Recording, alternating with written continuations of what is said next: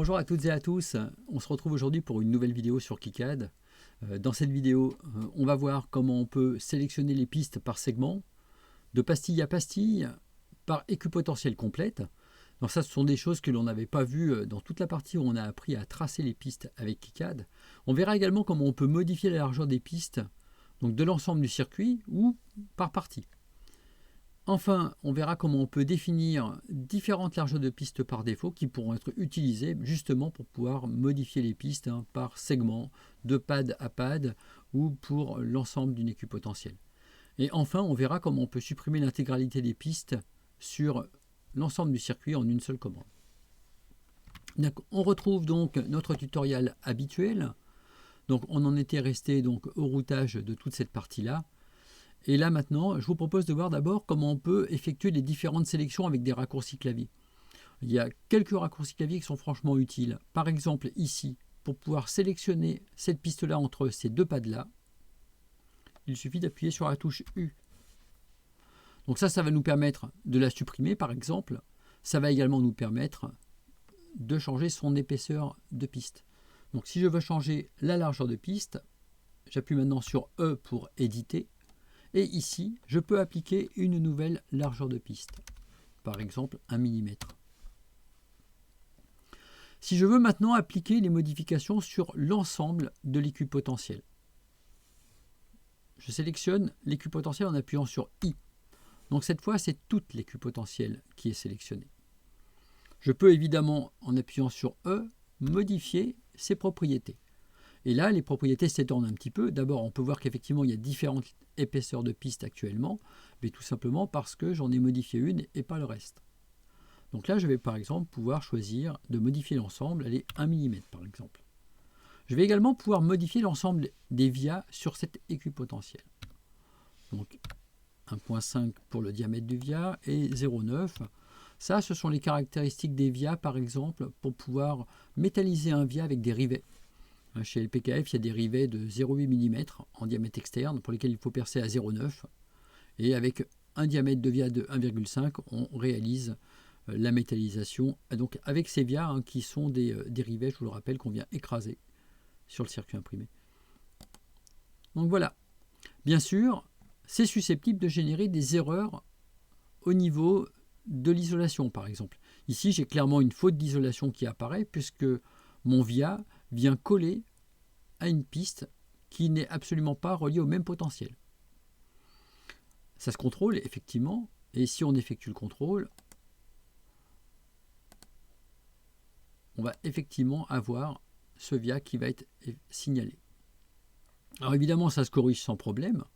Il suffit de sélectionner le via, de le déplacer légèrement. Alors on peut redessiner le plan de masse en appuyant sur la touche B. On peut retourner dans le contrôle de DRC, effacer le marqueur, relancer le test de contrôle d'erreur et effectivement maintenant il n'y a plus d'erreur. Alors une autre approche permet de modifier également l'ensemble des pistes d'un circuit imprimé, au moins par netclass. Pour pouvoir faire ça, on va dans les options du circuit imprimé.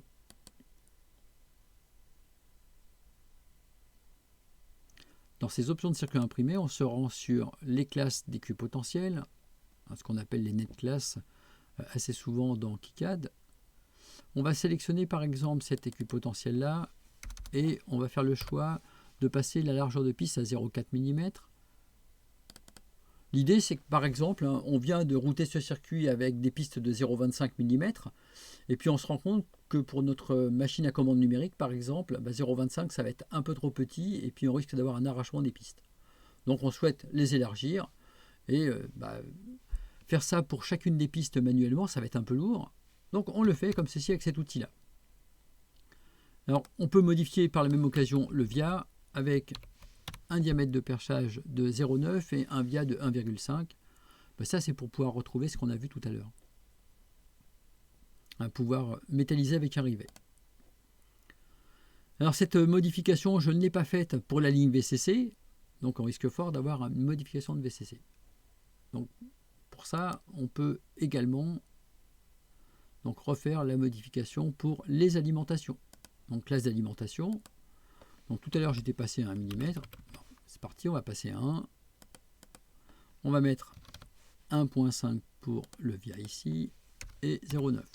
Donc l'idée de tout ça, c'est de se mettre dans une situation qui va nous permettre de réaliser le circuit imprimé avec des moyens un petit peu plus artisanaux, hein, pas une fabrication professionnelle.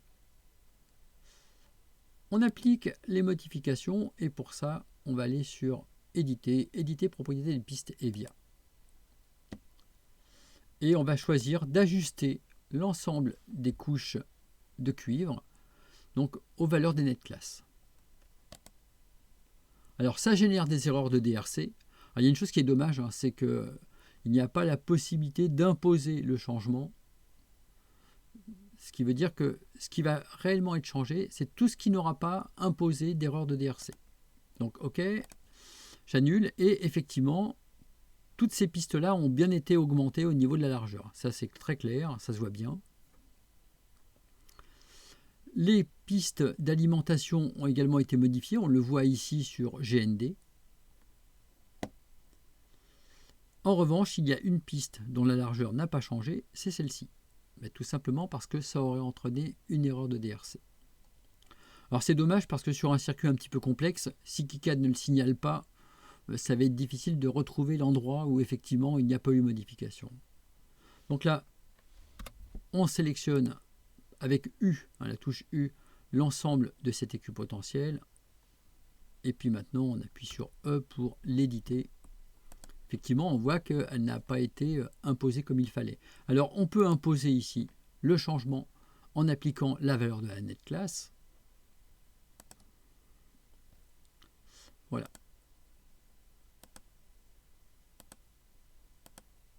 Alors, on ne voit pas trop où était l'erreur.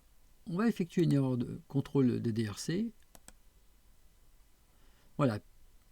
Via trop près d'une piste. Et puis via trop près d'une piste. Alors on va voir où ça se trouve, tout ça fermé. Donc effectivement, d'un côté ou de l'autre, la largeur de la piste actuelle provoque une faute de DRC. Alors il se trouve qu'il est assez facile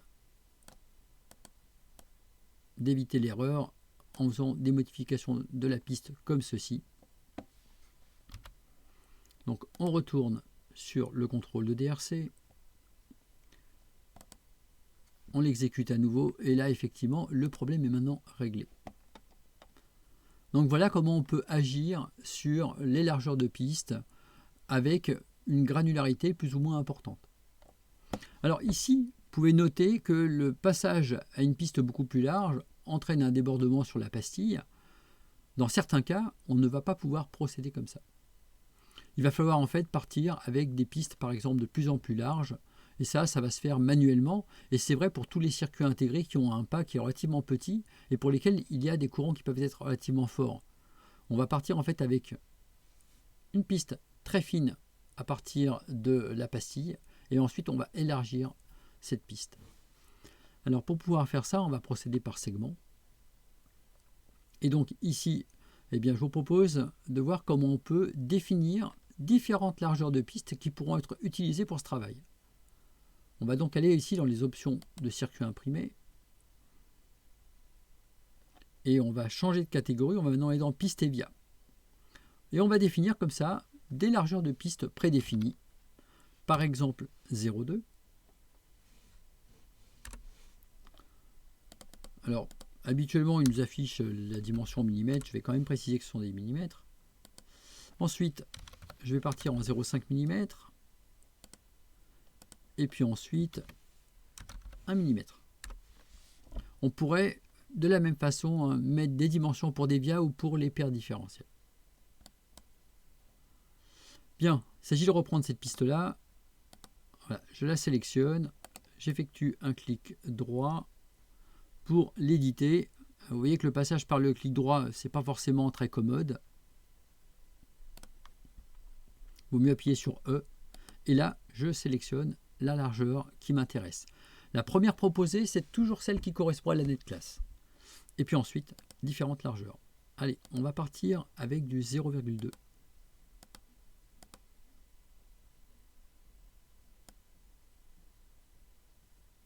Alors on fait juste un petit départ. Et puis après, on va continuer à tracer avec une largeur plus importante. Donc pour ça, on va tracer simplement un nouveau segment. Voilà, en partant d'ici. Alors forcément, on part tout de suite en 1 mm. Mais ce nouveau segment, on peut en changer ses propriétés. Alors pour ça, je le sélectionne. Je clique dessus simplement. Hop, pardon. Alors, soit celui-ci, soit celui-ci. Donc Edit. On élargit un petit peu par rapport à ce qu'on avait tout à l'heure. Donc on passe à 0,5. Et voilà, partie par partie, on va pouvoir comme ça moduler la dimension donc de notre, les différentes épaisseurs donc de nos pistes. Bon, évidemment, là, c'est pas forcément très heureux. Normalement, on va partir dans le prolongement de la pastille. On partira petit et puis après, on mettra différentes largeurs de pistes plus importantes. Voilà, donc là, on a vu comment on pouvait modifier globalement les largeurs de pistes sur notre circuit imprimé de différentes façons. Enfin, une dernière possibilité dont on avait parlé, c'est la possibilité de supprimer toutes les pistes du circuit. On n'est pas satisfait de ce qu'on a réalisé et on va maintenant supprimer toutes les pistes du circuit. Pour ça, on se rend dans le menu Éditer, Effacements généraux, et parmi les effacements généraux possibles, il y a Pistes que l'on applique, donc à toutes les couches. Donc voilà pour la suppression de toutes les pistes. Alors pour supprimer un paquet de pistes, il n'y a pas de solution vraiment efficace. Il vaut mieux les sélectionner soit avec les touches U, soit avec la touche I pour prendre en compte toute l'équipotentielle et appuyer sur Supr. Voilà, c'est la fin de cette vidéo. On a pu se perfectionner un petit peu sur l'usage des largeurs de pistes et voir comment on pouvait les appliquer à différents niveaux de granularité. Voilà, je vous souhaite bon apprentissage sur KiCad et à bientôt pour d'autres vidéos.